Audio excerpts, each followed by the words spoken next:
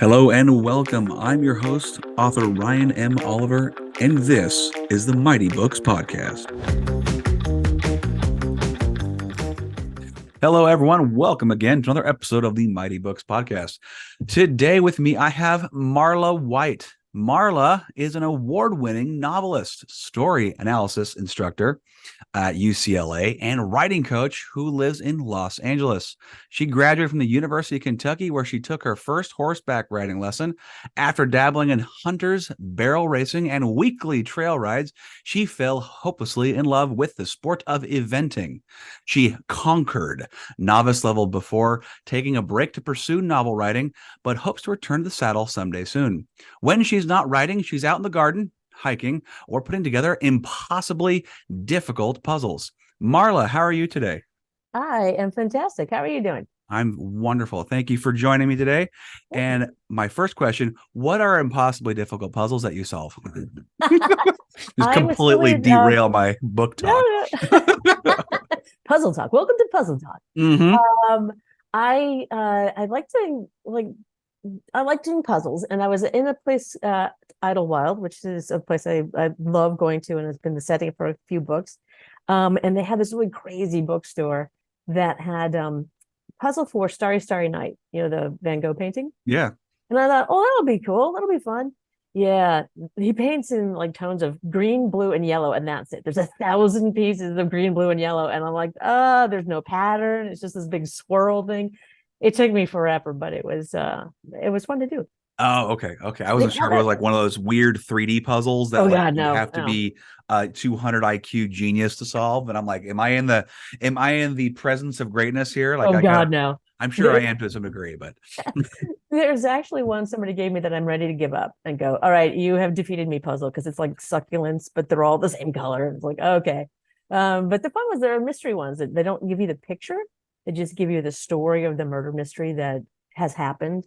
They're not great stories, but it's fun to try and figure out what the puzzle is without actually seeing the picture of it. So interesting. All right, cool. Well, we might circle back to puzzles later, but right. So we'll get on topic here, I guess. Maybe we'll see what happens. So we're here to talk about your book today. What is the title of your book? So the one we're talking about today mostly is Cause for Elimination. And what is that about? So Cause for Elimination is a murder mystery romance set in the world of equestrian eventing.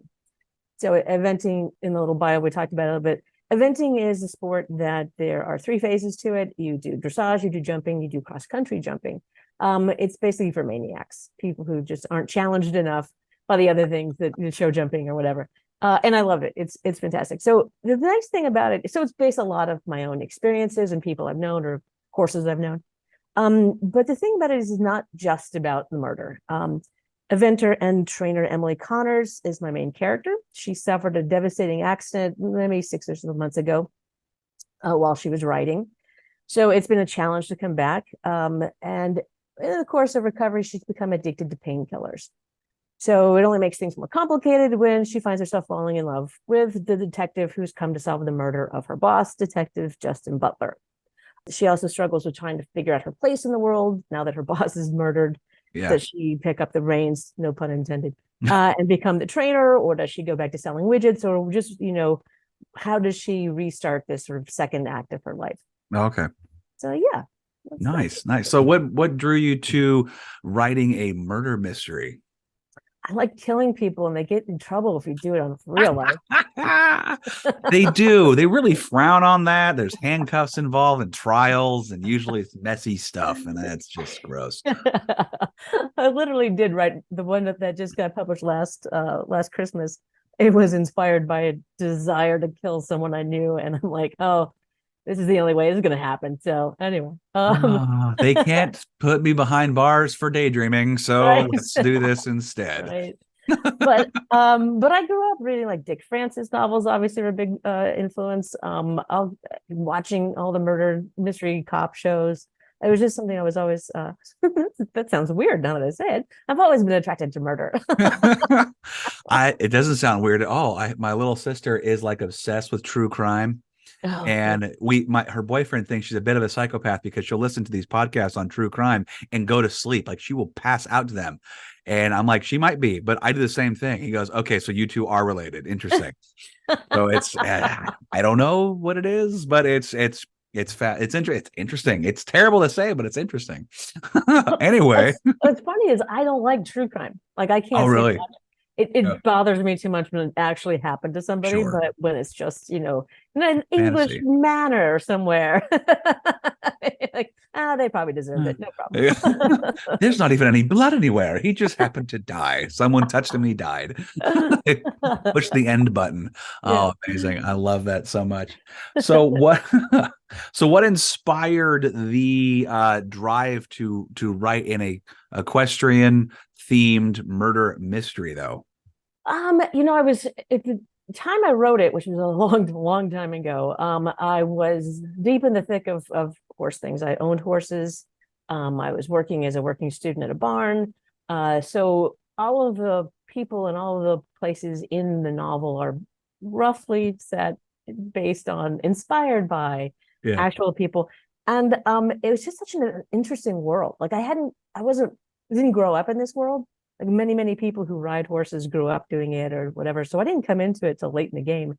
And being introduced to this new world and this just totally different vocabulary and totally different, the ways of dressing. Like as a newbie coming into it, somebody asked me, do you want to be a hunter or a jumper? And I was like, yeah, that sounds good. And they're like, no, it's two different things. You have to pick one or the other. And I was like, wow, there's words for everything.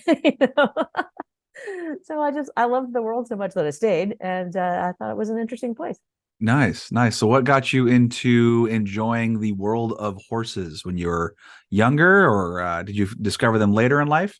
I grew up as a kid loving horses, loving reading all my friend Flicka, Black Beauty, and all those books, wanting to ride. But my parents we weren't in a place that I was able to, afford to do the riding lesson thing. I took one ride on a friend's pony one time bareback, and I got about I don't know 500 feet before I just slid off his side. But I used to make my parents, like, we would go on vacations and I would demand to get to do like those trail ride things that you would do. And I would find, because we kept going to the same place for vacation, and I figured out the deal was if you took the horse out and you turned it around to go home, it would go home like a bat out of hell. So I'd take it out, turn around, go home, go back out, turn around, go home. So I finally got in a place like when I went to college at UK, my first year there, they had it as part of the curriculum. You could take a class in horseback riding. So you Okay. go out to Spindletop Farm, it's Lexington, is beautiful and got all wonderful horse farms and stuff out there. Took horseback riding. Was like the worst when we started. I won like the most improved rider. I'm like, well, the harder to get worse than I was because I not to put a saddle on or anything. And then unfortunately they stopped the program. Like the next I was a sophomore or something, they stopped doing it. But once I got out of college, I found a way to take lessons, moved out here by stages. And when I finally got to LA, there's a place here in LA that you can, I'm sure there are lots of places where you can be a working student where you work at the barn and earn the lesson, like 8 hours. For every 8 hours of work, you got like a lesson or something. Oh, So okay. it was a great way to get into it. And the more I got up into my actual television career, the more I was able to afford Yeah. taking actual lessons, and then sort of stumbled into adopting a horse that needed a home. And I'm like, okay. I talked three friends into joining me in this venture, and they're like, what? So that was the start, and then it was just all downhill from there. All downhill from there. Well, it started with a downhill of coming off the horse, it sounded like, and then after that, it was a whole Uh, different animal. Well, same animal. you ride, you fall. That's part of the deal. You're gonna. So, Yeah, I think it's what is it? It's not if you're gonna fall, it's when you're gonna fall. oh yeah, Yeah, yeah. I'm not a huge horse rider. I've ridden a few times, haven't fallen off yet, thankfully. Thankfully, I'm not dead yet. Anything can happen. I witnessed a fall one time. My mother actually did it. She fell on a trail ride up in eastern Washington, and oh man, the horse actually tried to roll on top of her because there was snow, and the Yeah, horse wanted to be in the snow yeah, and be in the front, and she was, wrecking his time. yeah. So yeah, pretty Almost crazy. every horrible story of I'm terrified of horses because has in there somewhere I took a trail ride. Those are the worst places I mean, they're wonderful. But if you've never ridden before, the odds are highly stacked you're going to have some horrible thing happen. Like the school had another like section of it up at a slightly different location that they would take trail rides and they would go through a river. In LA, that's pretty unusual, but there was a Right. small thing of water running in it. And every time they would get there, the horse would drop and roll in the water because that's what they wanted to do. So they had to like tell people if the horse drops, get off. Yeah. Yeah. You need to get off fast. Yeah, I've had a couple of wild trail rides as well, but it's fun. So you say you used to lead trail rides? No, I've had wild trail rides going out on my own horses. Like I Oh, okay. soon Okay. went out. The one horse that the first horse we had, she startled. She wasn't easily startled, but she startled at William Shatner just suddenly popping out of the bushes. I'm like, oh my God, we almost killed Captain Kirk. That would be weird. So she was a pretty stalwart. I had another mare who just fondly named Devil Spawn. Not that fondly. There's like one time on a trail ride where people will tell you if you want a horse to do something, just turn their head so that it's impossible for them to not go in that circle. So Oh, okay. one of my instructors had told me that about this horse. Particular Devil Spawn was being difficult in the lesson in a ring, and my instructor was like, just turn her head, crank it to your knee, and then she'll stop doing what she's doing because she can't go anywhere. They Yeah. don't like to go someplace and they're bent in half. I was like, okay, duly noted. I'm on a trail. It's a big, wide open trail that goes for a pretty good long time. She starts acting fussy and starts to take off with me. And I turn her head to the side and she's like, oh, really? I can run for a quarter of a mile with my head tucked on your knee. You try and stop me. Oh man. Oh, I'm gonna have fun whether or not you want me to or not, is essentially. oh, she dumped me off on a trail ride once, Oh man. and I thought, oh crap, she's gonna run like hell now, and we weren't anywhere near home. So Yeah. I thought, oh, she's gonna run, and I'll never catch this horse. She just stood there and just looked at me and was like, "Dummy." Yeah. Watch me do this. The equivalent to us saying, hold my beer, Yeah. essentially. Hold my sugar cube. Well, I kick some dirt on you. Okay, so I have to stop for a second. Did Yeah. you say he almost ran into William Shatner? Yes. You know William Shatner or No. saw him? I recognize William Shatner as a huge Star Trek fan, but he had a horse at the center, I believe, and he was taking a walk around. There was a perimeter trail that ran around the outside of the equestrian center in LA, Yeah. and there's a few driveways that pop off of it, like from some housing developments and another barn and stuff like that. And we were just tootling along. I'm not thinking about anything, and he just pops out of like the bushes from the driveway to one of this thing with his entourage of people. And my horse is like, what? And you thought we were running over him because he was like, ah. You can Anyway. just see the headlines now. William Shatner trampled by Oh, yeah. by horse.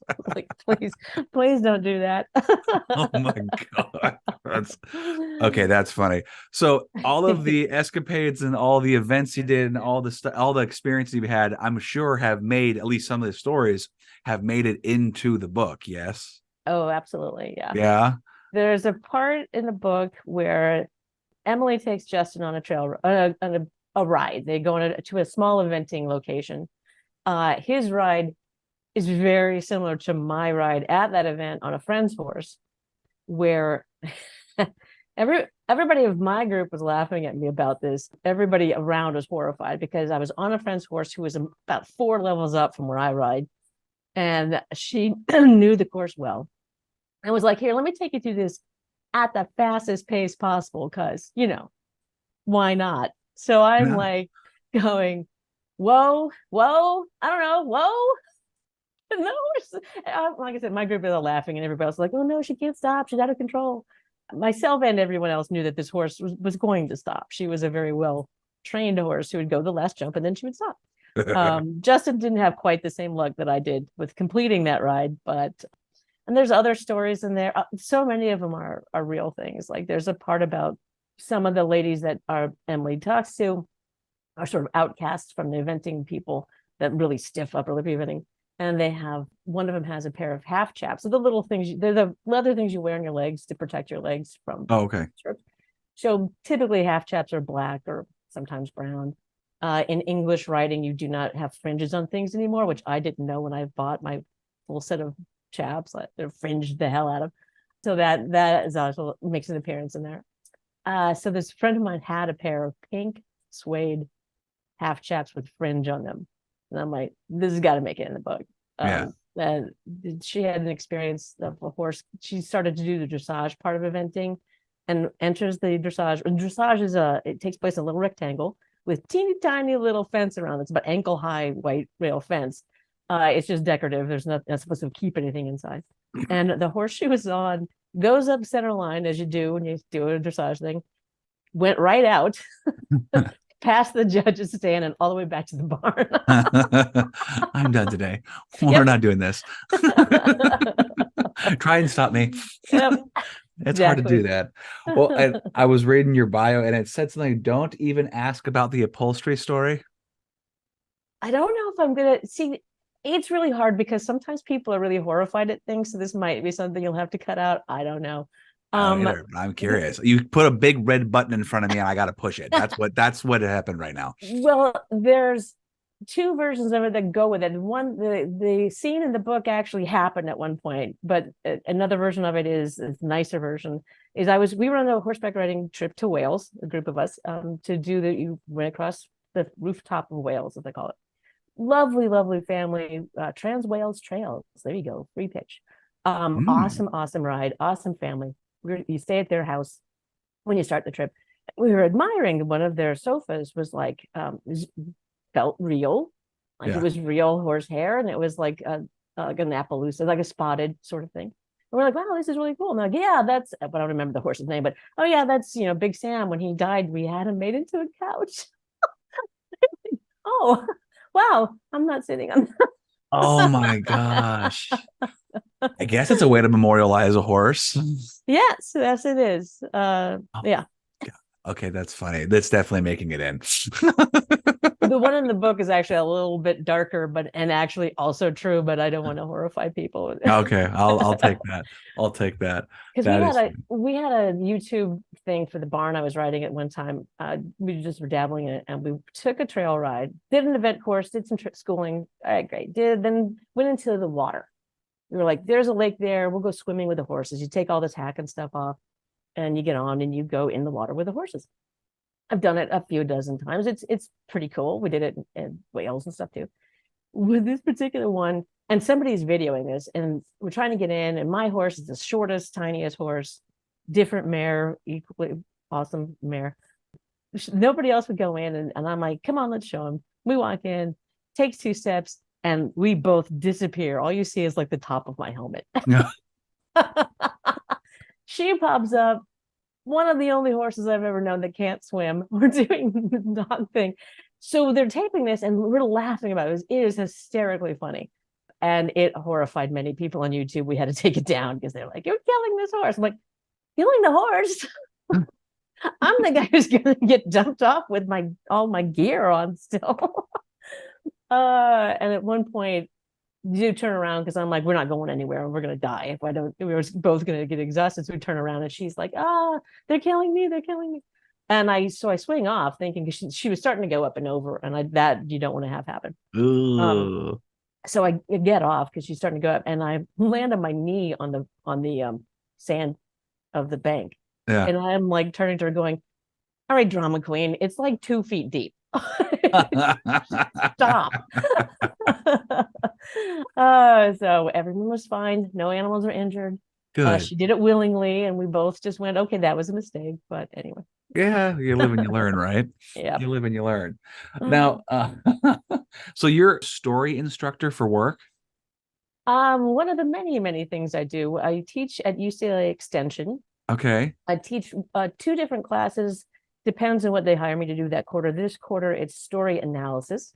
Okay. Which is basically, it's for people in television or film to learn how to read a script and be able to really evaluate whether it's good or not. So a lot of the things, if you also want to be a writer, it's beneficial because as I'm teaching you to read a script and look for these certain things, you also learn then to write for those certain things as well. Right. And it's, I love it. I've worked in television and done movies for a long, long time. One of the first things when I came out to LA, got a job with a company, and they were involved in the feature A League of Their Own. Oh yeah. Yeah, that was us. We were the very, very quiet junior partner. Penny Marshall called our company and was like, "We hear you've got some of the rights, like half of the women. We have the rights. Can we do this together?" My boss thought that one of his friends was pranking him and was like, "Yeah, right, Penny Marshall." It was that was my first big story note in Hollywood. I'd been on the job for like a month, and I read the script and I was like, there's two characters in this script completely unrelated and they have nothing to do with each other named Marla. I've been named Marla all my life. I know one other Marla. That's it. The odds That of is there being hilarious. two are very slim. So they took it out. But it's fun. I mean, I enjoy teaching. I enjoy working with writers. I'm a writing coach as well. Um, Cool. so yeah, it's been a lot of fun. Cool. So in the classes you teach, is Mhm. it just script writing? Are you doing novels too, or is it articles, or what is it It's in Circle? just, yeah, just scripts. I've been working, like I said, working on scripts and with writers for a very, very long time. I feel extremely comfortable telling people, what the structure should be, how the character should do, what the proper, thing that happens in a script, when and where, and how it should do. I would have no idea to tell somebody how to write a book. Oh yeah. Not a clue. I feel that way for telling anybody about writing scripts. We've had people on here who've written screenplays before, and it sounds like a complete it's apples to oranges. I mean, I probably even more than that. I don't know. I don't really know 100%. The structure sounds like it's different. Like it's even like they even have it broken down into 1 page per minute, basically for a movie or Mhm. something like that. I'm like, that's kind of crazy. And then like taking the novel, making it into a screenplay, you have to kind of flip it on its head in different ways so that when you portray it visually, Mhm. it's better presented. Yeah. Yeah. Yeah. It's because we talk a little bit in this class about IP, intellectual property, like books and video games, stuff like that. And books are still a huge thing for people to pursue as television or movies, mostly movies, because it's a slightly sort of guaranteed audience, you hope. If they've read the book, then they'll Right. come watch the movie or whatever. But yeah, they are two different animals. I mean, the thing I love about screenwriting is that it is a very, in my mind, because I'm not an actual, like, I don't get paid to write scripts. It's very mathematical. Like, and most books you buy, or most people who are telling you how to do screenplays, like Save the Cat and all those things, they tell you about the same thing. Some certain things need to happen by page 10, certain things need to happen around 30, certain things need to happen around the middle of the script, whatever the page count might be. Whereas books, it's funny, I outline while I'm writing a book the same way I would outline when I'm writing a script, because I have to keep track. Like, I don't want to get halfway into a book and have nothing fucking happen. Be like, well, where am I? Oh yeah. So I tend to write outlines for anything I do. I mean, they get kind of long outlines, not just, index cards up on the wall sort of deal. Right. But I like to have a map of where I'm going with books, mostly because of my experience with scripts. Yeah. But I know if you're writing a script and you don't have that map, you're going to get to the middle and nothing's happened. Oh no. Yeah, you need something. And out of 120 pages, that's easy to fix. Course correct, well, easier than 300 pages in. You're like, oh, Well, yeah, what? and then you got more content in a book too. There's a lot more things you reference if you change something, Yeah, and that's always my concern is the continuity errors that you could find in a book. And I imagine it would be similarly difficult with a script, but I mean, how long are average scripts for like movies? they should be anywhere between like 105 to maybe 112, something like that. Okay. 120 is a bit long, but you get you get the Lord of the Rings, and it's probably like 174 pages or something. Oof. So if you're out there writing a script and you've never been produced before, don't be a Peter Jackson. He had the things to back it up. Or Quentin Tarantino, or I think even the original script for Raiders, I think is like 160 pages or something. Oh man. Um, aim shorter, because it's gonna get cut. So Yeah. be in charge of what's getting cut yourself. Yeah. Have you noticed any like increase in length of like movie scripts? Because I know I've noticed as a consumer of movies that movies I feel like are getting progressively longer. Like when I was younger, the average was about an hour 20 to an hour 30. That was a pretty Mhm. standard movie. Now that I'm getting older, I'm seeing 3 hour movies, 2 hour, 45 minute, 2 hour, Yeah. 2.5. Are they progressively just trying to get longer? Kind of compete with like the streaming service where they give you entire 10 episodes, there's 10 hours of content. I mean, I don't know if you're seeing that in your level or I mean, anything it's an like that. interesting question. I tend to think that the ones that are 3 hours long are the, Captain Marvel or whatever, the ones that are heavily effects laden. Yeah. And I feel like probably the script isn't that long. And they don't even have, and a space battle happens here. Yeah. I remember reading an article about Crouching Tiger, Hidden Dragon, where the writer said, and I would just put, and they fight, and that's it. And it's like 20 minutes of screen time Masterful down to choreography. Next down to one scene. sentence. So I suspect that the ones I've at least experienced that are longer are those big, huge tentpole things. And I kind of feel like they're figuring we're spending $1 billion. We need to stick all the kitchen sink and everything else in this thing because Right. that's how we'll get people to come, these massive epic battles and stuff. Oh, okay. I, Okay. I don't think they're better. No, because sometimes longer is not better. Sometimes it's simpler sometimes is better. But A lot of times those director's cuts, you watch the director cut and then you go, yeah, that studio cut was a pretty good idea. I've had a flip side too, where I'm like, the director's cut was way better because it had more detail. But it's usually because you don't usually go for the director's cut unless you really liked the studio cut. So, and you want the extra half hour or 45 minutes of movie time or something like that too. Yeah, I feel like that way. Now, what other studios? So you worked with? I saw several like award-winning shows on your bio that you worked with, or TV movies. So I mean, we didn't win Emmys. We won a couple of Humanitas and I can't remember, the Susan something or other award for some of the TV movies we did. I did TV movies back in the day when there's 175 movies made a year. Yeah. So there's plenty of room for everybody at the table. Yeah. And we made our fair share of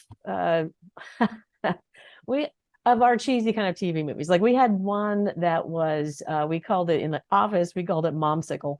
Because dad killed mom and stuck her in the freezer. Oh,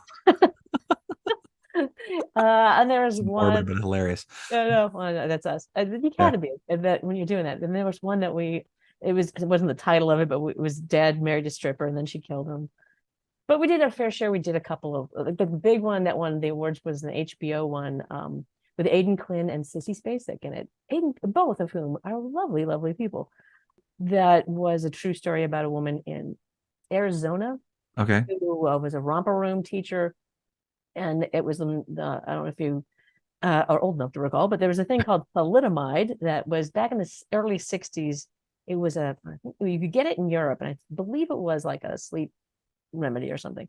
Okay. And she took it not knowing that it would cause birth defects. Oh. Because her husband had brought it home from a trip over England or something. And so when they discovered that the baby had birth defects, it became this huge abortion. It was one of the first big abortion battles because Oh it was man. still legal, but you had to like give enough reason, and it was just starting to become illegal, just as a blanket statement. Huh. So hers was a big court case about that because they had like 5 kids. It wasn't like they didn't want kids. They just didn't think it would be fair to the kid or to the family or the rest of the kids to have a child who was so severely handicapped, as they could tell from the sonogram or whatever. So that was like we did do big serious movies like that too. We did one about a girl who was a cutter. Okay. That was also based on a true story. And one of those funny things that happens in Hollywood, you get the story sold and you get the script written, and it was a great script, a great story. We got lots of feedback from people that gave reviews of it, that it affected them, that they suffered from this, and it really helped them to know they weren't alone and that kind of stuff. But the humorous part of it was based on a book written by the psychologist or psychiatrist, I don't remember, doctor who worked with that particular girl, and it was sort of a composite thing. So my boss had to call the white male doctor and say, hey, good news is the movie is going forward. So the thing is, you're now being played by a Black woman. They didn't care. It was fine. But this is one of those things of, okay, Yeah. based on a true story. Yeah. Based on a true story can mean many things. Yeah. Mean many things. And she was wonderful in it. It was a really great movie. But you had to do momsicle movies to get to do the other ones. So you had to kind Sure. of, yeah, Work take your a way break. up. Yeah. Well, you could do one of the cutting. I think it was called secret cutting or something like that, and then you had to Okay. do like three of Dad married a stripper and she killed him, so that you could pay the Oh, I see light how you. bills Okay. to make it Okay. all work out because those are much easier to sell. Gotcha. Gotcha. I see. Okay. A little change in style or a change in story and all that fun stuff. I mean, we tried very hard, and I think my bosses did a great job of making sure that even if he's doing momsicle, we still had some really interesting visual tone to it and some Yeah. interesting stuff going on. It wasn't just, paint by the number thing. So I was proud of Yeah. those. Okay. So how did you go from doing television movies and everything like that to teaching storytelling and script writing and all that at UCLA? Yeah, that's a great question. Because I made the very, very unusual leap. At the time, it was you didn't do that from movies to television series. Because typically TV movies and TV series are two completely different worlds. Now they're a little more blended, but at the time they weren't. So I was lucky enough to be able to make that leap because of a friend who got me in the door.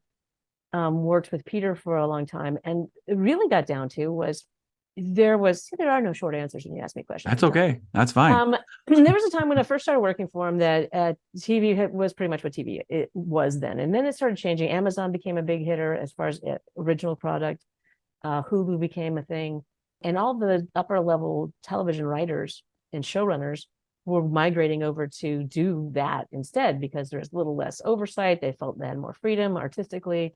They found out now they don't, but at the time they did. So it was a lot of all of a sudden we were going from having great pitches of ideas to ideas that were good, but the pitches weren't there. Yeah. They just nobody and I like asked I took a couple of writers out. We were out to lunch and I was just asking, and they had done a great job with their pitch. And I was like, what is going on? Have you guys noticed this difference? Like, and they were explaining nobody taught us how to pitch. We had to do a lot of bad pitches before we figured out the key to it. And I was like, well, that seems like something that I got into it originally, not because I wanted to, have my own business. That is hard. But Yes. I wanted to have better pitches. I wanted to sell more series and make more money that way. So it's like that was the beginning of going out and teaching people. That was the first thing was I wanted to teach pitching and stuff like that. And then it just got to be sort of an extra bit of what else can I do? What else? Because in this world we're in today, this gig economy is sort of where you are, right? So it became oh, I know, I'll go. And I was another sort of a person I know steered me towards somebody they knew at UCLA for the first interview. As far as I hear, you guys are looking for somebody to teach this. Yeah. I do this because at that point I was doing a lot of freelance reading, so that was the first dive into that of Okay. getting the job teaching there. And it's been great. It's a very terrific community. I just started my first the fall quarter to last night, and super group of students. I was super excited. I was kind of going into it last night, kind of disheartened because I just gotten the email from UCLA saying you got to talk to your students about AI. Oh, That that, yeah. that there's the potential for them to cheat, and there's not really much we can do about it. And here's 400 pages of tips for you to read on how to find it. And I went, I got an easy way out of this one. And students who have taken my classes know that I represent the tone of vocabulary that is very prevalent in the industry. Let's put it Yeah. that way. If you are not wanting to hear the F-bomb once in a while, you probably are barking up the wrong tree to work in television or movies. So I was like, just laying on the line going, I had a couple of students a couple of quarters ago that I did not call them on it, but I'm pretty sure that's what they had done Mhm. because they got something so blatantly wrong in the script that because what you do is you read a script and you write a book report. That's what Oh, coverage okay. is. Okay. So you read it and then you write out what happened in the script. And but they were so far off from what actually happened in the script. There's no way they could have read it and written that. It's just Yeah. like people died that didn't die. Like, well, that's Oh, kind of okay. big. Yeah, Yeah. like not like I get used to, oh, I thought this wasn't important, so I didn't include it. But yeah, having outright wrong plot points. I'm like, I'm pretty Right. sure they went chat Omitting GPT. facts Yeah. or changing Adding facts new intentionally. ones. Yeah. And I'm Yeah. pretty sure they went to chat GPT and said, hey, write me the synopsis for this script. And this is what Uh-huh. they got. So I was like, look, I have this whole thing. I'm supposed to be checking for it. I know the scripts that I'm teaching because I've read them a billion times. If you do this and I spot it, you will get a 0. That's Yeah. it, 0. I'm no longer going to be the, oh, okay, you guys, let's not do this again. Yeah. Or maybe you just misunderstood. Nope. No, you got to draw a line in the sand somewhere. Otherwise, and sometimes you got to make an example, and Yeah. that way the rest of people get in line. It sucks to do it, but sometimes you have to do it. Oh, it was like, so I had to talk about, look, you are taking this course allegedly, supposedly, because you want to learn how to read scripts. Yeah. This is what you're going to have to do. You can't, it's just, I don't know if you know how ChatGPT works, kids, but you can't just input the script you've been given that has not been made and not been produced. Then nobody else has seen it. ChatGPT only works on the information that's out there. Yeah. It doesn't work on information it's never seen before. So I Hmm. don't even think you could download the script and hope that it regurgitated the right thing. I don't even think that'll happen. And I'm like, maybe 2 years from now, but not today. So Yeah, it's interesting that it's coming up now so that's brand new that you have to do this. yeah, honestly, I've been doing this for like 4.5 years, Okay. 5 years, something, and this was the first time I'd ever seen something that was so incredibly wrong. And I thought, that's Yeah. Well, I know because plagiarism obviously, has been a bit of a issue since, I mean, when I was in school, it was you can't plagiarize, yada yada. If I feel like you plagiarize, then it's a bad situation. But like yeah. my wife went through her master's program, and they had this program where she had to literally put her document that she did, some essay or discussion question or something, put it through, and it had to Mhm. say whether it was unique enough or not, and it had a Yeah. percentage rating. I'm like, well, you can only write so many of the same words so many different times, so it's like, how do you? And so it would spit out like, you need to change words on this. Like, this is original thought. It was a little, that was such a weird program for her, but it caused her so much frustration Yeah. and agony. But I get it. The security of people's work is kind of important too. Yeah, I mean, there was talk at some point about checking to see about plagiarism for the students turning in their Yeah. synopsis and their coverage and stuff. And I got to I mean, I read the emails and talked about it and talked about it with the students as well, and was like, frankly, I don't care. I mean, if you're going to copy it, there's nothing I can do for you because I don't know what your hopes are when you get out of this class and your boss hands you a script and says cover it, and you're going to be like, did anybody else cover this yet? Yeah. Yeah, you're really Yeah. only hurting yourself when you take shortcuts. I mean, you're not learning the true blue way of doing it. Yeah. And if you're supposed to be analyzing something, and I don't know what they would be doing. Like, what would their boss be asking them to do with the script? So what coverage? What the whole point of it is? Execs are given a ton of scripts a week to read. It used to be like 100 or scripts or so a week. Maybe it's like 50. Oof. Depends on your company, but it's a lot. So they don't have time to read all those. So they give them to. It used to be they would give them to readers. Now they give them to interns or assistants to read. And the point of it is so that they can have a conversation with whoever sent it to them, and not sound like they never read the script. To have Okay. enough information to be able to talk about it intelligently, about what happens in it, about the characters and the plot. But you also, the second half of it is doing comments on it. So you talk about the dialogue is very realistic or it's not, or Oh, I the see. voices are distinct, or the character has an arc to it, or the characters don't have anything interesting.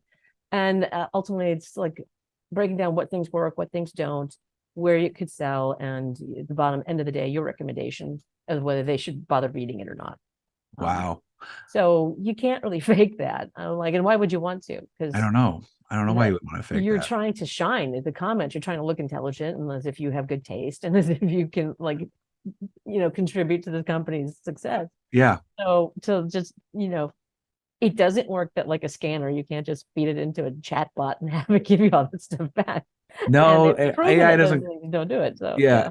AI doesn't quite have the emotional tendencies that people do, or the wit necessarily that people do. They kind of lacks on the comedy front. They miss the punchline or other aspects like that. So it's I have a hard interesting enough though. time with people having Yeah. that sense of humor. Oh yeah. And it's interesting though that you have folks like interns and people who are, I mean, they're brand new in the industry. They kind of have a lot of power with that. If they can comment well enough and go, hey, this is actually really interesting, and Mhm. they throw it to their bosses, and then that movie eventually gets made or TV show gets made. It started with somebody's, finding interest in that script. That's kind of Yeah. a interesting, dichotomy there. I mean, yeah, the whole idea would be if you're trying to be an intern, if you want to really stand out, then if you do great coverage and you do, intelligent comments back, that certainly puts you in a better spot to be recommended by that boss for a job that might open someplace else, or get a Yeah. permanent gig at that particular company. I mean, you're not Interesting. going to get a cut of the movie or anything like that, No, no. but it does help you reputation wise, because that's everything. Networking is everything in this business. Yeah, So, I feel like it's everything almost everywhere. I mean, really, it yeah. is. People, if people are involved, networking's involved. I mean, that's just even with the jobs I do. I mean, I work in the shipyards and do this stuff, and I'm getting I'm getting recommendation for people to come onto the podcast because authors have good experiences and they can get more. We have good chats and good promotions. You do well at your job, people rely on you. All of a sudden, you're moving up the ladder, getting more money. You know Yeah. how it goes. I mean, you've been through similarly. Well, it's funny that I feel like I don't think I'm the only author who would say, like, one of the reasons that writing books appeals to me is that I can just be up in my, my little attic or whatever, writing away, and I don't have to actually talk to people. Like, I just talk to my characters. Uh-huh. It's fine. And then you get into it thinking that, and then you end up being lucky enough to sell a book. And then you find out, wait, now I have to talk to people to get them to buy it? Crap. Yeah. That marketing thing, it always comes back and slaps you across the face a little bit. Like, I have to sell these to people and I have to talk to them. Ugh. Especially if you're new to the business, there's nothing for you to stand on that says, I have written a book. Like we were talking right before we started, you got celebrities who start podcasts or celebrities who wrote books. Well, they've already had years and years and years of pedestal time. I'm going to say it, where people have seen their faces, heard their voices, and gotten to know them. And now they're interested in them, want to buy them or listen into what they're saying. When you're someone like, most of us who Don't have that. Yeah. who don't have that, you literally have to build your pedestal from nothing. I had an Instagram account when I sold the first book. I did have an Instagram account because I think some friends pressured me into it, but I think I had like 8 followers or something, because I'm not a selfie taker. I don't do that. And honestly, that has been the hardest part for me. Writing, and whether I do a good or bad job, I leave that to people who read it, but I enjoy it and it's easy. It comes relatively easy. And so it just flows out. But Sure. it does come, it's the fun part of it all. Yeah. But man, having to do this whole taking a picture of me and a selfie in front of a thing and to say, look at me, I because know it's painful. so Yeah. hard. Well, and a lot of us have that same problem. Like, I don't want to just talk about me. I want to talk about other things too. And you feel like you're just like, I don't know, being very self-centered when you're doing it. And we don't want to be self-centered. We don't want to, we know that's a narcissism is not necessarily an attractive quality, but you have to almost have that, you have to fake it. Maybe, I don't even know how to put it, but you have to put yourself out there so that your book, if you want to ever sell anything, will get picked up.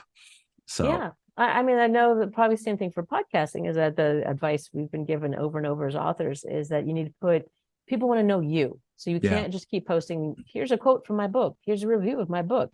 They want to know you as a person. And I'm like, I don't know that I like them. I was kidding. So like, I don't have a problem like letting them know me in terms so like, I think I posted a couple times. The thing is, I'm not very good at posting, but when I sold the first one, the Starlight Mint Surprise Murder, the part that was this inspiration for that was I was trying to make Christmas cookies. One of my favorites from childhood was the Starlight Mint Surprise cookie that has a little mint and a nut on top of it. My mom made them wonderfully. I could not make one to save my life. They were coming out like pancakes, and I'm like, what am I doing wrong? And the call came out that Wild Rose was looking for cookie books. That a cookie had to be a holiday cookie, had to be intricate to the theme of the books. So it could be any holiday. It had to be a winter holiday like Thanksgiving or Hanukkah, whatever. Couldn't be Arbor Day or something like that. No, it couldn't be 4th of July. Darn it. Planting trees. Sorry. But so I was like, you guys want books about cookies? I can't make this fucking cookie save my life. And I used to make them all the time as a kid. So I was like, what if I had a character who was struggling to make this cookie? And that's like the joke of the whole thing, is that giving it away. The joke of the whole thing is that it's a family recipe, which is in my case as well. And that I actually heard this story on like a Graham Norton is a British talk show. And one of the actors on the show was talking about their grandmother used to mess up like put the wrong amounts of things in family recipes so that nobody could make it as well as she did. So I was like, what if that's what's happening? Is my main character can't make this cookie because at the end she's going to find out. And her mom was like, Sabotage. stop worrying about it, stop beating yourself up. But your grandmother switched it out. This is the actual amount you need. And then she finds it out and makes the cookie. So it is those weird. So I would publish, these are my cookies. They actually came out. Yay. I have no problem doing that. I just don't want to take pictures of me. Like, Yes. I don't think I'm that interesting to take pictures of. And it does, you're right. It's even when I see people doing it, I'm like, really? Yeah, it drives me crazy too. Like I have an excuse now to do it because I'm promoting other people's stuff. And Mm-hmm. so I've been lucky enough the people who I've worked with we've traded books. They've sent me them as, thank you gifts for having them on the show. Like I didn't ask for them. They just were, nice and did that. And so when I do that, I do a promotion. I'll take a picture with me in the book because that's kind of that's what you do. Yeah. And you send it up there and say, hey, this person did a really great job. They have a wonderful book. And I mean, I try to read as many as I can. You can only get so much done, but that at least makes it feel less Yeah. narcissistic, less Yeah. self-centered. I am honestly trying to promote people, but it's like my face is here too. Ah, There's a blog called Books and Bevies that very nicely she puts up once or twice a week a picture of you as an author. Send her a picture of your book cover and a whatever the beverage is. yeah. Now a lot of times it's like tea or it's coffee. That's not the beverage I chose. Because in Cause for Elimination, gin and tonic plays a big role in the book. So I was looking through the blog trying to look and see how people do this. How can I get this picture without me being in the picture? And there were enough of them that had people in it that I'm like, okay, you know what? I just got to get over this and start doing it. So it took a Yeah. really horrible picture of me with a book and a bottle of Bombay Sapphire gin. Hey, that's good. Good gin and tonic. It's nice and refreshing, honestly. It It is is. very good. Fun story. I had a friend of mine who always his favorite was gin and tonic, and I had never had one before. And he came over and actually bought like three of my books, one for him, one for his daughter, and one for his son. And he goes, "Have you ever had a gin and tonic before?" I said, "I've never had one." Well, tonight you're gonna have one, whether you like it or not. You're gonna have one. I said, "Absolutely, I will do anything because you bought three books. You're over here. We had dinner together. It was a good night." And so he bought brought over aviation gin, Yes. really good stuff. And I have some now in my liquor cabinet. And and he made us, I think we each had two or three that evening. And we just kind of hung out until close to midnight where we were no longer intoxicated. And he went home after he was good and sober. So we started early in the afternoon. So good stuff, Um, good times. Aviation is excellent, especially if you have the tonic water like elderflower tonic or something like, or some of them are grapefruit flavored tonic. Oh, okay. It really goes well with it because the American gin doesn't have that flavor. Like British gin, like Bombay, has a very juniper flavor to it. Oh, okay. So it doesn't really go well with any sort of additional flavor adding into it. Interesting. Just drink it straight or on the rocks or something like that. Oh God, I don't know. You would want to. Well, I guess you could just drink it straight. I never did that. We were never that hard up, but I Oh, made a okay. pretty powerful because that's what we would drink at events. When we go to horse events, we would bring our own little portable bar, and it became like at one event where we were camping out, our tent became known as Casa Gin and Tonica, because we had this Nice. massive bottle of Bombay and massive, well, smaller thing of tonic. And we would do the whole squeeze the lime fresh Oh, okay. lime, wouldn't use lime juice or squeeze. So we bring our own lime squeezer. We had this entire setup for it. Um, it is a completely different flavor, and not better or worse. It's just completely different. I enjoy both of them. It Oh, okay. I've doesn't never hurt that tried it. Ryan Reynolds used to own, or I guess still owns a part of aviation. I think he does. I know I saw after I got it, I realized that was the gin that he was either he bought, made, create. I don't know if that was, his company or whatever. But yeah, I was like, oh, hey, he's got the same name as me. Cool. It's got to be good. It's got to be good. And it Yeah. is. It's very good. So Welcome to I don't, Gin Talk. I know, right? I'm going all over the place. Movies, books, gin, horses. That's the whole point. Like, that's the whole point is that you can kind of go all Yeah. over the place if you want to. We'll circle back. So actually, I will do that right now. Okay. So is this book a solo creation? Like it can be read by itself, or there are going to be other books with the main characters? Maybe they drink So gin and tonics and ride horses at uh, the same time. yeah. you have to hang out with eventers. Yeah, I'm just telling you, we're pretty fun. Yeah. So every eventer hearing this is going to be horrified. Like, oh my God, don't drink that much. Although I went to an event. Okay, I'll get back to that answer in a second. But I went to an event about a month ago to sell the books. Yeah. I'm like, it's about eventing. Let's give that a go. Let's hold a Yeah. couple. But so the person was kind enough to have me come up there. Oh God, now I'm blanking. Anyway, I know the Pony Club name, but they had me let me come up for free and set up my book. And they're like, we'll have our friends provide refreshments. Because first I said, if you provide like non-alcoholic refreshments, that'd be great. And I'm like, okay, I can do that, sure. Because there's kids and stuff at events as well. And so they're like, oh, don't worry, our friends at Equivant.com, go to them. Anyway, they'll provide the refreshments. They had a full-blown bar. And I was like, dang, okay. So we enjoyed that a lot. So book, is this a standalone book? This is the first of this possible series. Okay. With these same characters. They're going through a journey. I mean, by the end of the book, Emily will have faced her addiction issues, but will they be cured? No. Will she be facing all of her issues? No. And every character has these flaws that they're working with. I mean, like, Of course. one of like a favorite of people who have read the books is Justin has a partner named Detective Dennis Ames. Dennis has a lot of issues that he's going to have to continue to work through as well. A little bitter about his ex-wife dumping him, maybe a little bit of alcohol abuse as well, but that'll happen, but not in the standard like he's drunk cop thing that ends up showing up. Sure. Just from time to time he gets a little morose because he truly loves his wife. So yeah. All of those stories we're going to continue on with that eventually. I even went to, there's an event in Lexington called the Kentucky 3-Day. Used to be called the Rolex, but they stopped sponsoring it, so now it's just the Kentucky 3-Day. So 3 other friends who I rode with, and I went to the one last year, I guess, to get to finally take it off your bucket list. It's the big event, and there's another one in Virginia, but this was the one that I always grew up with and wanted to see and stuff. So we went to see it in person. It was awesome and amazing. We got to see some of our heroes ride and got inspiration for the next book. Like, what would be where would the body turn up in the next book and stuff like that. So the hope is that there's another book. The problem is that there's only so many hours a day, and now that like 4 of them are taken up doing social media crap, it's really hard to find the time to write. And I have a book coming out. So Starlight Mint Surprise was the very first thing I sold. It's only an ebook, but I'd like to write a sequel to it. I want to make it a series. So Wild Rose was like, okay. So I wrote the sequel to it, and that's the one that's coming out hopefully in this early spring.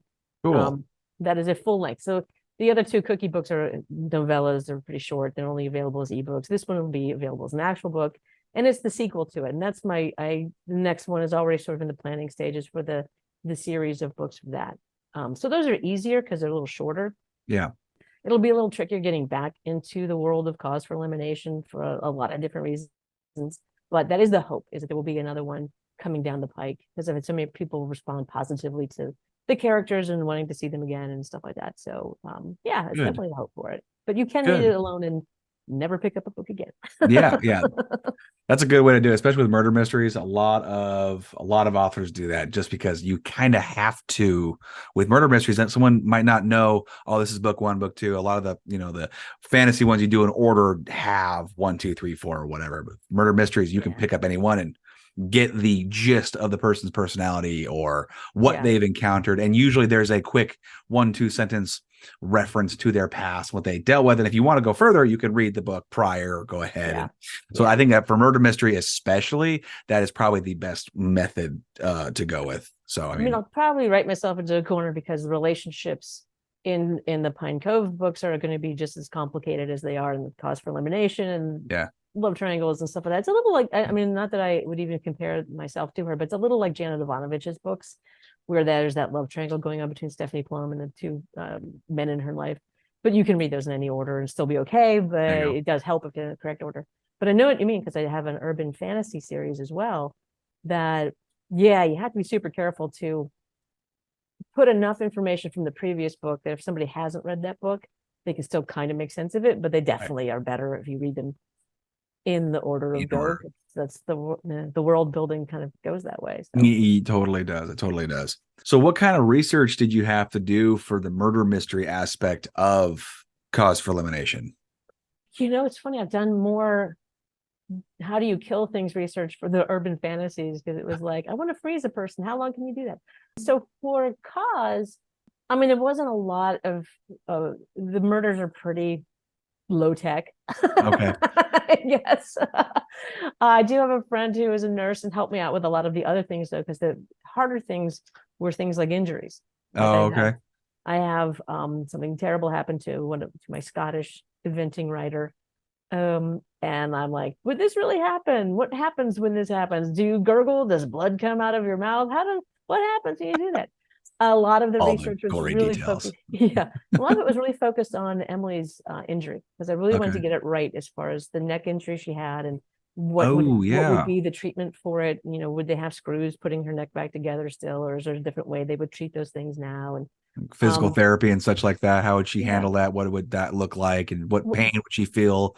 What parts of yeah, her bodies? Cool. yeah. Cool. What would the scar look like? Those were the things I really wanted to be sure I got right, out of respect for people who have had those kind of injuries, and out of Yeah. respect for people who have got the same sort of issues of,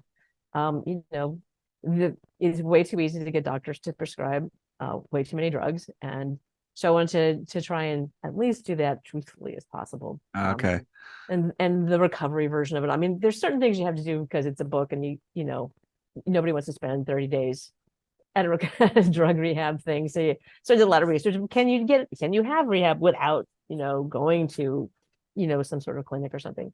So I tried to do that as realistically and dramatically interesting as possible. Yeah. I mean, I'm sure, I don't know if that happened for not, but did you end up like getting a kind of a framework idea, writing some stuff up, and then like handing the scenes over to certain people, go, hey, is this captured correctly? Or did I screw up?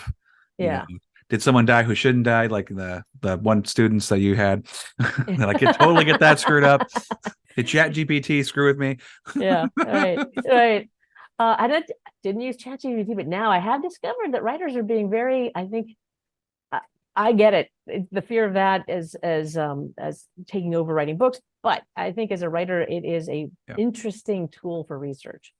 You can't trust Yes. everything it tells you, but I feel like it's a way to get something faster and more interesting and more like native. Like, I'm doing another book with a friend. It's got a Slovenian hockey player in it. So we're like, you go to ChatGPT and be like, how do Slovenians say I'm really pissed at you? And then it'll give you the phrase. And I don't know that I could ever come up with that going through Google Translate or something. So Probably not, and that's biased too, I feel like. So yeah, it yeah. definitely is a good tool. I've learned from friends of mine and family members of mine who've used it for like starting a topic. They Mm-hmm. have a jump off point and then they take it from there, and that makes sense to me because I've had friends who just they can't start. They just don't know where to start. Yeah. And I mean, starting is the hardest part. Even for me, it's hard. I can do it, but the starting point is impossible. And so having the information in front of them condensed in a way that they could turn it to make it their own, Yeah. I can see it being very useful there. As long as it's not abused. Right. And Right. that's where does a tool become Yeah. Yeah. using the tool become abusive. Yeah. So yeah, that's It's funny though that no matter how much research you do, like I've had 3 different nurse people and doctor people look at the urban fantasy book, because there was an actual more injuries and more hospital stuff in that involved, and wanted to make sure I got it right. Like, would you actually, when does a person go into coma, and how much brain injury does it require? Blah blah blah. One of my yeah. characters gets hit by a car and still lives. But so I go through all this research about it, and let's still get somebody like came to the book, and God bless. I appreciate if people are, looking out for the details of things. But okay, it's a book about an angel who fell to earth and doesn't remember why God kicked him out of heaven, but knows he's got this mission. I love these characters to death. I love the story to death. But I think when you pick up a book about angels, you got to leave a little bit of your disbelief behind. So Yes. he's been hit by a car. They're in the hospital. I mean, they've just found this dude. He doesn't have family or anything. There's nobody around, but the people who found him are like talking to the doctor, like, is he going to be okay? And the doctor's Right. like, does he have family? Like, we're it. And so the doctor tells them he's in a coma. And somebody was like, but the HIPAA laws, they never do that. I'm like, yeah, I suppose you're probably right, but Who knows but in the moment when there's no next of I kin? can. And like I said, the two different nurse people I had go over that, neither of them brought that up, as they were more commenting on the actual medical stuff that they would do. So it was kind of like, I kind of feel like nursing people aren't bugged by this, but Yeah, well, I mean, that's like most TV shows. Like my wife and I watch all sorts of shows, and I'm looking at her like this would never happen in real life. She goes, I know, it's just a show. Just enjoy the entertainment. I'm like, okay. And so when you just kind of turn your brain off, yeah, it yeah, sounds terrible, but turn your brain. I can only turn my brain off so much, but if there's small things you yeah. can ignore just to help progress the story, whatever. It's entertainment. It's not there to be, it's It's not a not there to manual. be. Yeah, it's not a manual. It's not. I'm not going to school to be a doctor to watch. I'm not watching, ER to be a doctor. I'm watching to be entertained. It's a drama series. It's not anyway. Whatever you watch, Law and Order, not to become a lawyer, but you're interested in the story. So, Right, but right. anyway, yeah, I get that. Just let it go, show some grace, and just enjoy the darn story, people. Just Yeah, enjoy yeah, yeah. yourself. So you're also you dabble in coaching as well. You're just busy as heck.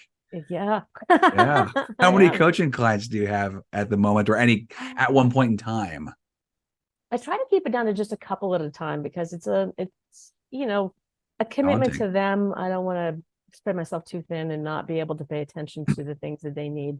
Yeah. Um, and I'm trying to be more mindful about, like, I started doing it and would just give story notes back to people. And then I was like, this is like working in a vacuum, and giving written notes is really tricky. You don't know if they read them the way you meant them to be read, and you don't know the response to it.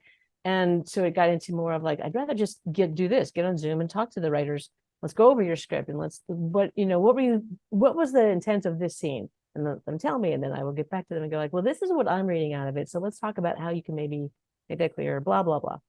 So it's usually a couple of people at a time. I just Cool. started another another job of career coaching for a program out of Burbank. So that's taking up a lot of time as well, but also rewarding, trying to help people figure out the next step and stuff. Yeah. And it's just for So scripts, right? It's not doing novel writing or anything like that, novella writing. I just do the writing coaching for scripts, and the career stuff is not related at all to writing. Okay. It's just in general people who Okay. are at an impasse and trying to figure out what to do next. So Would you um, be including your novel coaching in the future, or is that you're just going to strictly stay with scripts? I feel like I don't know that I've. I know it sounds stupid because I've actually sold novels and people Yeah. read them and bought them, and I've written scripts. I was like pretty high up in one of the fellowship award things a long time ago, and went, yeah, that and $5 will buy me Starbucks. So I don't think I'm really gonna. And there's a certain point, to be honest, in Hollywood, I don't think it's a big surprise to anybody that when you get past a certain age, nobody really wants to hear from you as far as, here's my story, here's the thing I have to tell. Sure. So I'm not going to sell a script, but I'm 100% confident I can make any script you bring to me. I can help you make it better. Cool. As far as books go, I'm not that confident, and to be honest, it takes a lot more time to read a book. I mean, I've helped a couple of friends with their books. I'm a beta reader for a couple of different writers, and we'll talk and give them notes back. But I don't think I'd really open the doors to coaching of novelists in general. Right. There's people out there who do it, and God bless, but I don't know that the time and the ego sort of thing involved, because sometimes it's very hard to have people tell you that there's this thing wrong with it, Yeah. That's um hard to do. That's hard to take too as a writer. You get that, especially from working with an editor. You get this huge document back of everything after they've gone over, fine tooth comb, and you're like, what's right and what's wrong with your story, and you're just hoping it's like little stuff, yeah, something you can fix with a paragraph or a quick story, not like the entire framework is wrong. You need to completely flip it on its head. It's like, oh my God, take out this, add a whole news chat. That yeah, would be very hard to tackle. yeah. I haven't had that experience with Wild Rose Press. What I did have was when I submitted the cookie book, the first cookie book, which the Starlight Mint one, the editor was kind enough to say, if you got anything else that you've written, I'd love to see it. And I was like, oh wait, yeah, I do have this big thing. And so I sent her the original version of it, and she was like, "That's great. Take out 100 pages." And I'm like, "What?" And she was right. There were too many POVs. There were people you didn't really need to be in their heads. So that was a daunting task to cut that many words out, to cut that many people out. But Yeah. it made it a much better book. Yeah, almost always when people tell you to make something shorter, it's almost always the way to go. Yeah. So, So cause for elimination is a narrative. First as person, in it's third person. third person, third Yeah, person. Okay. yeah, Okay. it's third Okay. person.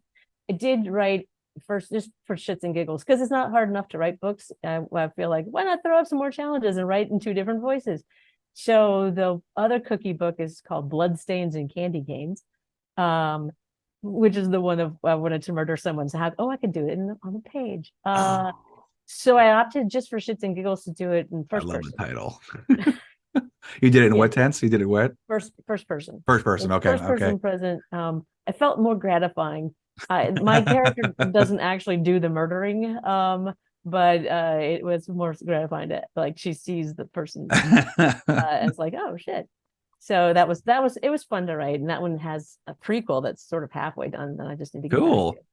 You got a to. lot of books in the fire there, or a lot of whatever you want to call it. Oh man, I do. Yeah. The third Angel book is still stuck in. I got to go through and edit it, and it just has to take a backseat to other things, and also trying to write a textbook Oh my for gosh. story analysis because I can't find one. The one I used to use is either out of print or something, and I kept looking for one and I couldn't find one I liked. So I'm like, Make you know your what?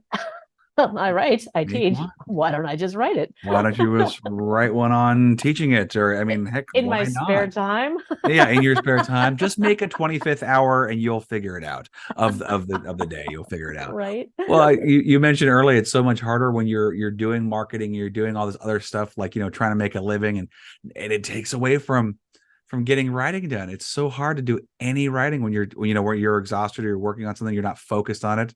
I don't Yeah. know about you. It takes me a long time to kind of get warmed up to doing a story. I mean, from novel, I don't do scripts. I don't know if Mm-hmm. that's a different mindset, but for me, it takes a little bit of time to get warmed up from the day, cool off from the day, warmed up enough to do it, and then actually get work done. Yeah. And Yeah. that's Yeah. for me at least. It does. I don't know about you. It was interesting. When I was still working for Peter, we had a meeting with Janet Ivanovich to try and adapt her books as a TV series, which unfortunately didn't come to fruition. But meeting her, and Peter was just asking her, what's her work method? What does she do? And then she's like, she gets up at 5 a.m. and she writes until like, I don't know, 11 and has tea or whatever. Then she writes some more till the afternoon of original stuff. She has her personal chef make them lunch because it's not worth her time to stop and make her own lunch. And then the afternoon she does rewrites and things. And so I thought about that. And I was at that stage still working on I think I was still working. No, I think I was working the Angel books at that point. I'd done Cause already. And I thought, because I'm like every other writer, I don't have time. There's no time. How do I find time to write? I work all day and come home, I'm too tired. How do I do this? And I was like, it became a joke in my head that she also has a $6 million plane that she was talking about. She's going to a meeting and she'll just put her books, one of every copy of her book to put it impress the network in her G8 or whatever. And I was like, the hell is that? Like a roll-on or something? And we looked at it, I was like, no, it's a plane. So it became this mantra for me of people who own $6 million planes get up at 5 a.m. and write. So Okay. when I Okay. was working full time, I would get up and I'd get up at 5:30. I would drive 5 and I didn't make it. So I'd get up at 5:30 and write for like an hour. And it Yeah. became just that became my habit. So like now I'll get up I'll wake up at 5:45. I won't actually get up out of bed till 6, but I'll get up and I'll write for like an hour and a half in the morning before I do Yeah. anything else. Because if I can't do that. Like I can edit in the afternoon, but I find that my brain is now on like so many other gerbil wheels that I Right. just can't focus on original stuff. Hmm. So I do my best original writing, first pass writing anyway, first thing in the morning. I love sitting outside, just doing that. It's this time of year is brilliant because it's a little bit dark when I get out there still.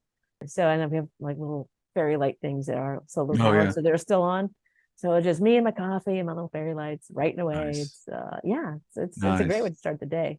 Yeah. I used to be a nighttime writer. So go to keep working until midnight, 1, 2 in the morning. But then I had to get up at 4, 5:30 to go to work. And it was just that constant thing. And then changing jobs didn't help. Going from a very active physically, but mentally it was not as, engaging. Yeah. Switch roles, more sedentary, more active brain wise. Oh my gosh. I need to get back into doing like what you said, is picking a time of day, just knocking it out and spending an hour. I had a word count for a while. That's what I would do. But I only did 100 words because just sometimes I only had 6 minutes to do anything. So I'd spew out 100 words of something. I might erase it tomorrow, but I at least got 100 words down. But I think that's a process. I think that's the key to is write every day. Even if what you wrote is, it's a grocery list or something, but write every day to get your brain to train to do that. NaNoWriMo is coming up. I didn't do it last year because I was in the throes of doing one of the cookie books or something, and I just didn't have time. But this year I might try and do that again. Looking at me puzzled. NaNoWriMo is National Novel Writing Month. Is November. So if you do Google NaNoWriMo, it is a organization, a nonprofit that it's all in the honor system, but the goal is to write 50,000 words in 30 days. Whoa. Which breaks down to, it depends on if you were every day, it's like, I don't know, it's a little under 2,000 words a day, but most of the times there'd be days I didn't write anything, and then there'd be days I wrote a lot of things. But that's how most of the novels I have got started. Really? As doing that 50,000 words. Now, 50,000 isn't a full-length novel. It's too short for a novel, a little long for a novella, a little long for an outline. So for me, it's just sort of a random jumping off point. Like it makes me get my thoughts together for that book as a whole. Now, are half the pages things like some stuff will happen here? I don't know what yet, but it'll be really interesting. Sure. Not gonna lie. There are sometimes I would like with I think it was Bloodstained. Oh no, it's the Pine Cove one coming out, which is Framed for Murder. Is that one that's coming out? And I think for that one I would write things like she says with an arch of her eyebrow, because everybody arches their eyebrows. Apparently this town, it's a town full of people with really big eyebrows. but it got it, it kept me writing. Sure. And eventually you get to the next plot point or whatever. So I recommend it as a exercise. I mean, if you don't make it to 50,000 words, nobody comes away and takes your author license away or something. You still have 30,000 words or whatever you made. So that's still better than what I would have had normally. But I did something similar to that. I did 100 words for 100 days is what I did. And it ended up being about 50,000 words because I ended up doing about 400 to 600 was kind of my range. And that's once I got into the motion, it just kind of flew out, because as soon as I settle into the story and I have a plan of action, like the character is going to go from here to here, well, make him go, and then he goes and he finds things along the way, and it just naturally starts to roll. So but it's just that it's just like in physics, it's harder to get started pushing a car, it takes more energy to turn the thing on than to drive forward. So it just turn the damn car on, Ryan. Anyway, that's just what I gotta do. I gotta get serious about it and I have a manuscript sitting literally right here that I need to edit, and I just haven't looked at it in 2 months, and I gotta look at it again and dive and just embrace it and go. And the stupid thing with the Third Angel book, which is friends who've read them, it's like they're like, that's my favorite one. It's dark as fuck, but it's my favorite one of them. You've got to get it done. At one point, Gabriel, yes, that Gabriel, goes on a little road trip with one of his siblings, Lucifer, in his Tesla, and it's hilarious. Okay. A little trip of two brothers talking about family stuff. And all I have to do is I just need to go through it and remove all the woods and shoulds and coulds and leaves and stuff like that. Oh, and, all that. So it's not even story fixes, but that to me is the most tedious part. I know it is. If I could pay somebody just to go, I mean, I know I can. I don't make enough off of them to pay somebody else to go through it too. Right. So I hear you. Same. It's tough. And for me, it's so much easier to say, "Oh, I'll do that later. I'll play with this new shiny toy and start writing something else instead." That's my problem. I come up with an idea and I'm like, I gotta get this down before I lose it, because it'll happen. So I'll pull up a new document, write it out, have 3 or 4 pages of just notes, save it, and then Okay, cool. I'm good now. And then I've forgotten totally what I was supposed to be doing with the book I'm currently working on. And it's just constantly like that. So, Yeah. but anyway, so everyone's probably going to want to know where they can get a copy of Cause for Elimination. Where can they go and get a book, maybe even hire you to do some writing coaching, they're writing scripts. Sure. Where can they get in contact with you? Sure. So the buying of the book thing is easy. Wild Rose is a pretty small press, so there is not physical copies at your local bookstore, but you can order them online. You can go to my Amazon author page, which is just go on Amazon, look up Marla A. White. Then that'll take you there. I also have a website that is marlaawhite.com that frequently works. I went to check the other day. I'm like, what's that? Anyway, it's working now. That has all the books on it. And you can also email me through there. The script thing is a whole different thing. My website is pitchtoscript.com. But you can contact me through there if you want work on help with your pitches. If you want help with your novels, maybe I'll do it. I Maybe I'll found make it an exception for you. I found it just with the brainstorming and the organizing really is where people just kind of completely lost. And then after that, once they get the tools in hand, they're pretty good at figuring it out on their own. It's just sometimes you just need a second, someone who's experienced like yourself with story writing and would be kind of cool. Which is funny because that's my favorite part to do. Like I love that part. Mine Just too. the outlining of it all. Going, okay, this is what's going to happen. And I Yeah. don't have that. I've like, it's the thing I'm working on now with a friend. I feel like we're just throwing railroad tracks down in front of an oncoming train and hoping that we keep up. So at some point I got to stop and go like, no, now I got to finish the rest of the outline because Yeah. Yeah, the brainstorming is more fun because it's like you can just completely neglect reality, physics, and the any kind of any weirdness can pop up, and that's what I love about it. And you can just riff for hours, getting nowhere, but having a great time doing it. And half the time, the person who's trying to get their story out, all of a sudden figures out other things that they were trying to figure out before. Maybe they didn't get that part solved, but they got other ones solved. So it was still productive. Yeah. It just wasn't as just not, for that particular thing they came to originally for. Yeah. No, I get it. But it's super What else? fun. Oh, also, if you want to follow me on Instagram, is Marla Writes Words on Instagram. And anywhere else you want to follow people, BookBub, whatever. Sweet. Are you on Facebook or anything like that too? I am on Facebook as Marla A. White. I've got so many Facebook pages; it's hard to keep track of. So be sure to get the right one. Keep the middle initial in there, and that will get you to the author page, and not the one with my family where we're talking about buying cookies for my niece and stuff like that. Sometimes they get cross promoted, and I'm like, oh, whoops, ignore that.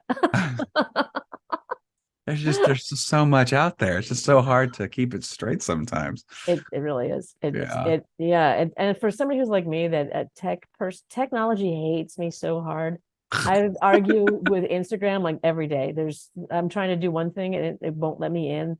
And anybody who knows, I don't know how many people. I'm sure a lot of people have the same thing. Where it's the password. You're supposed to remember my password. That's what you promised me, Google. You'd remember my goddamn password. I don't know it. Yeah. Nope, not today. Memory test, pop quiz. Teacher Google is rude. I don't like this. I don't like this at all. Professor Google sucks. Right? Oh, so that's cool. If you go to marlaawhite.com or Marla A. White on Amazon, that will give you all the books, the mysteries and the urban fantasies. Stay tuned to Instagram for news about Framed for Murder, the second follow-up, the sequel to Starlight Mint. Cool. We are still working on the cover for it. And I'll say just a little quick because I know we've been talking for so long. But I have to say, give a shout out to Diana Carlisle, is the cover artist who came up with the cover art for all of my books so far, all the Wild Rose Press books. A friend Carolyn Barr came up with the artwork for the Angel books. But Diana was great in that eventing is a very specific discipline, and horse people are very nuts about getting it right. And I was like, please ask me, because if you put the wrong kind of discipline on the cover of this book, it will blow up in my face. People will not buy this thing because they'll be like, that's the wrong thing. That's the wrong tack. It's the wrong whatever. People notice it.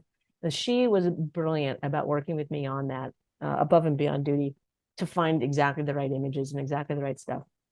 And it came out exactly like I wanted it to. I was a fan of Dick Francis growing up. He had that for a while. His books all had a very specific cover to them, which Yeah. was just a racehorse in a very graphic sort of design.